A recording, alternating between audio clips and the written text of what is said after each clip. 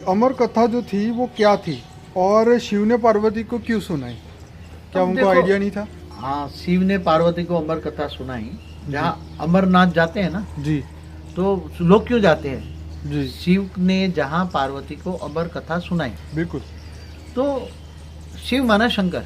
जी शंकर ने पार्वती को अमर कथा इसलिए सुनाई थी जी कि चलो तुम्हें अमर बनाने का ज्ञान दूं, ओके अमर बनाने का ज्ञान जी दूं। वो चाहते होंगे अमर बनने का ज्ञान, जैसे अमर बनने का ज्ञान यहाँ कोई आत्मा लेना चाहती है, जी जी जी तो अमर लोक जाना है, जी तो अमर लोक तुम कैसे जा सकते हो? जी तो अमर ज्ञान, जैसे ज्ञान, तो शंकर ने पार्वती को अमर कथा सुनाई थी, अमर बनने की कथा सुनाई थी। तो बापू जी, ये जो कथा थी वो तो आज, क्योंकि वहाँ उसका कोई साक्षी रहा नहीं, इसकी वजह से इस दुनिया में किसी को पता नहीं है कि वो क्या चीज होगी। वो तो आप कुछ ऐसा बता सकते हैं कि उसकी हाईलाइट क्या होगी, क्या होती होगी? ऐसा है, जी भगवान शंकर जो भक्ति मार्ग वालों को विशेष प्रिय हैं, जी जो भगवान शंकर, जी भोलेनाथ। हाँ, मैंने भी भक्ति मार्ग बचपन में था, तो मुझे भी भोलेनाथ की, अच्छा, मैंने भी भक्ति की है भोलेनाथ की। जी तो उसी टाइम जो अमर कथा ऐसा कुछ समझ में नहीं आता था, जी मगर आज जो अमर कथा जो है, जी आज मैं जानता हूँ, जी भगवान शंकर ने पार्वती को इसी ब्रह्मांड की, कोई रिकॉर्ड तो है नहीं, शास्त्रों में रिकॉर्ड नहीं है कि भगवान शंकर ने ये पार्वती में ये ज्ञान सुनाया, अमर कथा का ज्ञान सुनाया। जी तो अमर कथा का ज्ञान माना क्या है? जी अमर कथा का ज्ञान माना जी तुम्हें अमर बनने का ज्ञान। हाँ बिल्कुल। तो ज्ञान है ना, नॉलेज है, तो कौन सा ज्ञान? वो तो है नहीं शास्त्रों में। जी मगर मैं बताता हूँ कि तुम्हें कोई भी आत्मा मृत्यु लोक से जी अमर लोक में कैसे जा सकती है, उसका ज्ञान मैंने कई वीडियो में बोला है। जी जी जी जैसे जीव शिव कैसे बन सकता है, मनुष्य चाहे तो ऊपर अमर लोक में कैसे जा सकता है, वैकुंठ कैसे जा सकता है, जी। विष्णुपुरी कैसे जा सकता है, जी, शिवपुरी कैसे जा सकता है, परमधाम कैसे जा सकता जी। है, वो कहानी को अमर कथा कहेंगे। ओके। आत्मा को परमात्मा बनने की कहानी, जी जीव से शिव बनने की कहानी, उसको अमर कथा कहेंगे। जी जी जी। तो बापू जी, शंकर भगवान तो मुक्ति नहीं दे सकते ना कोई भी आत्मा? मैंने पहले बोला, जो सर्जन करता है वो विसर्जन करता है। ओके। शंकर भी एक साकारी रूप है परमात्मा शिव का। जी जी निराकारी, आकारी और साकारी, 3 रूप में काम करते हैं। जी जी बापू जी, अभी मैंने एक एंशिएंट एलियन का जो हिस्ट्री टीवी का एक एपिसोड सुना था, उसमें शिव के बारे में कुछ सीक्रेट बताया कि शिवलिंग जो है वो ऑटोमिक पावर हाउस है और यूनिवर्स से वो पावर लेने के लिए उसका उपयोग किया जाता था पुराने समय में, इसलिए पूरी दुनिया में शिवलिंग मिल रहे हैं। क्या ये बात सच है? ऐसा है, देखो, शिवलिंग माना एक पत्थर का लिंग है, ठीक है ना? ठीक है। कि क्या कोई नहीं, पहले उसको अलग टाइप का बनाते थे, मतलब कैसे अलग तत्वों टाइप से- बना था? मतलब आज जो शिवलिंग जहाँ भी मिल रहा है दुनिया में, जी जी जी वो पत्थर का ही मिलता है ना।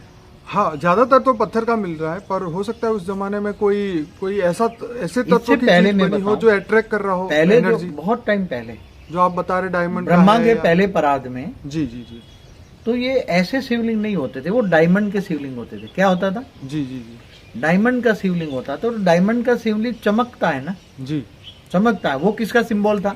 जी वो निराकार शिव का जी प्रतीक था, जी जो ब्रह्म की उपासना करते हैं, ब्रह्मर्षि हैं। जी तो वो निराकार शिव को पूजने के लिए डायमंड का शिव लिंग रखते थे पहले, जी मगर बाद में धीरे धीरे धीरे वो ज्योतिर्लिंग था। क्या जी। सिंबल था? जी ज्योतिर्लिंग था। जी। उसमें से प्रकाश निकलता है ना, डायमंड से बिल्कुल। चमकता है। जी तो ये एक सिंबल था। ओके। तो साइंस वाले तो हमारा जो सारे वेद उपनिषद पढ़ के आज काफी पर ये बात सही है कि पहले पावर हाउस की तरह मतलब पूजा करते थे पावर लाने के लिए पैसे में यूनिवर्स में से। ब्रह्मा का जब पहले परार्थ था, जी तब जो ऐसे निराकार रूप का एक सिंबल होता था जी पहले, आज शायद कोई पता नहीं पाएगा। मैंने तो, जब मैं ध्यान अवस्था में जाता हूँ, जी तब मुझे ऑलमाइटी अथॉरिटी खुद मेरा आकारी रूप जो है वो मुझे दिखाता है जी कि पहले ऐसे लिंग थे, ज्योतिर्लिंग जैसे, जी और वो लिंग एक, तो वो ऊपर से धरती पर परम लाइट खींचते थे, ओके। कॉस्मिक पावर खींचते थे। कहाँ से? कॉस्मिक पावर कहते हैं ना आज। हाँ हाँ हाँ आज साइंस वाले क्या कहते हैं? Cosmic Cosmic power. power, ठीक है। तो कहाँ से आती थी? जी हमारे ब्रह्मांड से कॉस्मिक पावर खींचते थे, जी हमारे ब्रह्मांड से, जो यूनिवर्स कहते हैं, जी जी जी वो ब्रह्मांड को यूनिवर्स कहते हैं। जी जी तो ये कॉस्मिक पावर खींचने के लिए जी एक पहले ऐसा ज्योतिर्लिंग की रचना की थी, जी। और वो ज्योतिर्लिंग से कॉस्मिक पावर आता था, ऊपर से आता था, परम धाम से कॉस्मिक पावर आता था, जी और वो कॉस्मिक पावर से वो आत्मा, उसको ध्यान धर के आत्मा में पावर आती थी। ये मीडिया था। जी। जैसे आज जो ज्योतिर्लिंग से शिवलिंग बन गए, जी तो डेफिनेशन बदलती जाती है। जी। जैसे ज्ञान बदलता है, ऐसे ज्ञान का डेफिनेशन बदल जाती है। हम्म। धीरे धीरे सब कुछ बदल गया, ज्ञान का मतलब ही अलग हो गया आजकल। जी तो जी। बात सही है हम्म। आज जो साइंस वाले कह रहे हैं जी। कि, मगर आजकल जो शिवलिंग मिलते पत्थर के है ना, पहले चलो, पहले डायमंड बापू जी के थे। वो बात नहीं है। अब पहले आज ठीक है। सपोज करो कि कोई डायमंड का बना भी ले, तो क्या वो पावर आएगी? परमधाम में पावर नहीं है तो कहाँ से आएगी? ओके, अब तो परमधाम भी नीचे आ गया, शिव भी नीचे आ गया, हाँ। निराकार शिव भी नीचे आ गया, बहुत नीचे है अभी, बहुत नीचे है। जी। हमारा ब्रह्मांड एक छोटा राय का एक छोटा बन गया अभी। हम्म। पहले 188 खरब किलोमीटर का डायमीटर था। जी। अब मुश्किल से हमारा जो ब्रह्मांड है, हम मुश्किल से 300-400 करोड़ किलोमीटर का हो गया है। जी तो उसमें सब आ गया, 7.5 लोग। जी। अब भूलोक देखो, बुबरू लोग देखो, महालोक, जनलोक, तपलोक, ब्रह्मापुरी, विष्णुपुरी, ये सभी का टोटल लगाओ ना 7 लोग का, जी तो भी मुश्किल से 500-700 करोड़ होता है, इससे जी। ज्यादा नहीं होता। जी जी। 500-700 करोड़ किलोमीटर होता है, हम्म। वहाँ योजन में है। हाँ। देखो हमारा जो दूसरा योजन है ना, दूसरा ये लोक, जी भूलोक से ऊपर जी दूसरा जो बुबुरु लोक है, जी। वो 1 लाख योजन है। 1 लाख योजन तो बताए, 1 लाख योजन माना 7 लाख किलोमीटर, मतलब एक का 7 गिनो।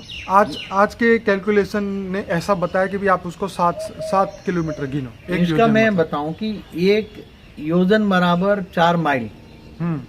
और 1 माइल बराबर 2.25 किलोमीटर। जी जी जी। तो 1 योजन बराबर 7 किलोमीटर, तो 7 लाख किलोमीटर का दूसरा लोक हुआ ना, जी बुबुरु लोक।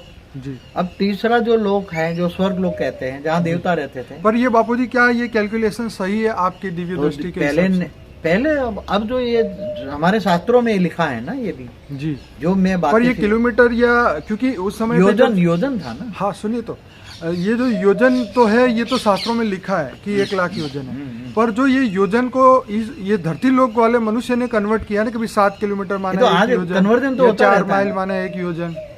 ऐसा है जी कि आज जैसे प्रकाश वर्ष मानते हैं ना, 1 प्रकाश वर्ष, जी तो आज प्रकाश वर्ष की गति से मानते हैं ना। जी। पहले ऋषि मुनियों के पास दिव्य दृष्टि थी, ओके। तो दिव्य दृष्टि से पूरे ब्रह्मांड को मापते थे, इसलिए वो उसी टाइम पर उन्होंने योजन से लिखा। जी और ये दिव्य दृष्टि से, जैसे व्यास मुनि को भी दिव्य दृष्टि से शास्त्र लिखे ना, जी जी जी। इन्होंने व्यास मुनि ने गीता लिखा, तो दिव्य दृष्टि से जब गीता ज्ञान दिया, तो उन्होंने दिव्य दृष्टि से आत्मा में रिकॉर्डिंग किया, जी फिर आत्म स्वरूप में स्थित होकर दिव्य दृष्टि से वो लिखवाया गणेश के द्वारा, बिल्कुल। सारे शास्त्र लिखवाए ना। तो दिव्य दृष्टि से आत्मा में रिकॉर्डिंग हो जाता है, आत्म स्वरूप में स्थित होकर जी दिव्य दृष्टि से वो लिखवाते हैं। जी। इसलिए ये अब महाब्रह्मांड का भी आज ये समझो कि बातें हैं, तो जब महाब्रह्मांड से जो आत्माएं आती हैं, जी महाब्रह्मांड की आत्माएं आती हैं, जी तो वो वहां से जो आत्मा में ज्ञान भर के आती है आत्मा में, जी। तो वो दूसरों के द्वारा यहाँ कहीं लिखवाती